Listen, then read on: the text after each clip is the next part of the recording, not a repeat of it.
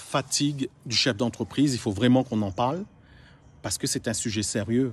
Tu es peut-être entrepreneur, tu es peut-être gérant, CTO d'une petite entreprise, d'une TPE, etc. Pas forcément d'une grande entreprise et tu es souvent fatigué. Et ça, j'aimerais vraiment discuter de ça avec toi. Je vais me mettre à l'ombre et on pourra échanger en toute sérénité si tu es d'accord. Ce n'est pas un sujet simple, ce n'est pas un sujet facile. On bosse des heures et des heures et on se retrouve quelquefois en burn-out et ce n'est pas une bonne chose. Toi un petit peu des raisons pour lesquelles tu as souhaité devenir chef d'entreprise. Tu as voulu être indépendant, tu as voulu plus dépendre des autres, tu as voulu fuir un patron, une équipe ou des associés qui étaient chiants et tu t'es dit je vais commencer tout seul, je vais faire tout seul, je sais faire, j'ai confiance en moi. Et maintenant, quel est le résultat? Ça, c'est important. On ne va pas entrer dans les détails psychologiques, psychanalytiques ou de développement personnel parce que ce n'est pas l'objectif de ma chaîne. Moi, je suis orienté business. Je voudrais parler de solutions et je vais te témoigner mon propre cas.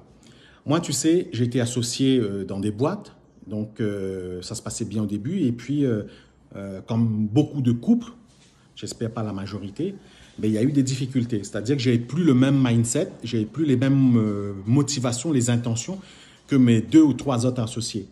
Alors, eux, ils étaient obnubilés, ils étaient focus sur la recherche de financement européen, aller chercher les aides de l'Europe, du FEDER, de la BPI, etc., de faire des levées de fonds, des elevator pitch, etc., et chercher des business angels. Et moi, j'étais plus dans l'idée de faire grossir la boîte par une croissance organique, une croissance naturelle, et j'étais un peu figé sur des modèles anciens d'entreprises qui avaient grandi naturellement. Grandi, on va dire de façon saine. Effectivement, ma pensée était un peu en frontale, en dualité, en opposition avec ceux de mes associés. Mais mes associés n'avaient pas tout à fait tort. Parce que oui, il existe un certain type de boîte qui cherche la croissance de cette façon. Moi, je ne suis pas partisan de cette technique-là. Moi, j'aime bien gérer ma boîte de ma façon à moi, être propriétaire et ne pas être emmerdé, être compliqué, être complexifié par des associés. Du coup, moi, j'ai lu un livre en 2013-2014, ça s'appelle La semaine de 4 heures de Tim Ferriss. Et depuis cette lecture, ça a révolutionné mon business. Ça a complètement tout transformé. L'idée, c'est de se dire, il y a des choses qui doivent être gérées par un collaborateur, il y a des choses qui doivent être automatisées, et il y a des choses qui doivent être externalisées. Lui, Tim Ferriss, quand il avait expliqué ça, c'était dans les années 2013-2014. L'IA n'était pas encore développée comme maintenant. Je crois que ça n'existait même pas. Aujourd'hui, je dirais, il faut savoir d'abord externaliser, c'est-à-dire sous-traiter, déléguer à l'IA. Tout ce qui doit pouvoir être fait par l'IA doit pouvoir être externalisé, délégué à l'IA. Et la question, c'est de se dire, quand un collaborateur vous demande des besoins, des ressources humaines ou financières supplémentaires, c'est de se dire, est-ce qu'on ne peut pas le faire déjà par l'IA? Même si c'est ChatGPT, ce n'est pas grave. Donc, automatiser dans le sens, d'abord, réflexe IA, ensuite, externaliser à un être humain si on ne peut pas le faire, et ensuite mettre des équipes de dirigeants si cela est nécessaire, si on n'a pas d'équipe multi-agent IA ou ce genre de choses. Et nous, en tant que superviseur gérant, c'est d'aller chercher la croissance, d'aller chercher l'axe stratégique. Donc c'est plutôt ça l'idée. Sauf quand on ne sait pas ça, eh ben, on va se fatiguer à gérer les choses, à avoir un total contrôle, à avoir une difficulté à lâcher prise. Et on va vouloir tout faire nous-mêmes en tant que chef d'entreprise. De cette façon, comme un con, on va se jouer au boulot, on va être complètement fatigué, on va travailler tout le temps, on va se donner bonne conscience d'être sur l'ordinateur ou derrière son téléphone, à ne plus être avec sa famille, ses proches, sa femme, son mari, ses parents, son épouse.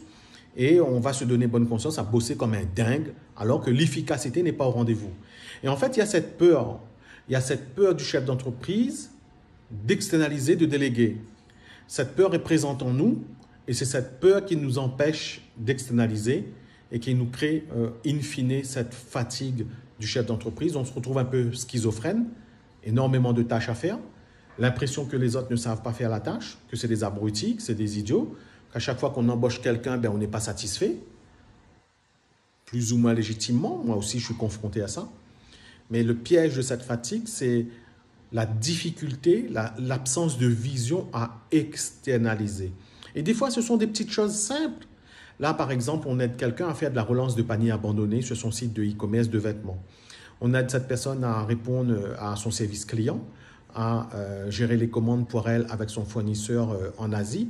Cette dernière partie-là, on fait ça pour une plateforme e-commerce basée sur Shopify et la dame vend des mobiliers.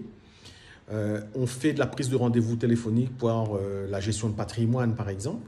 Donc, il y a énormément de tâches que vous pouvez déléguer, que tu peux déléguer. Et si tu ne fais pas ça, tu retomberas à chaque fois dans cette fatigue, la fatigue que tu connais en permanence. Et tu n'es pas vraiment chef d'entreprise. Tu crois être chef d'entreprise, mais tu ne l'es pas.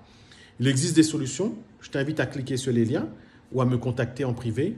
Et puis, on pourra en discuter de voir comment on peut t'aider à atténuer cette fatigue et progressivement la faire disparaître si cela est possible.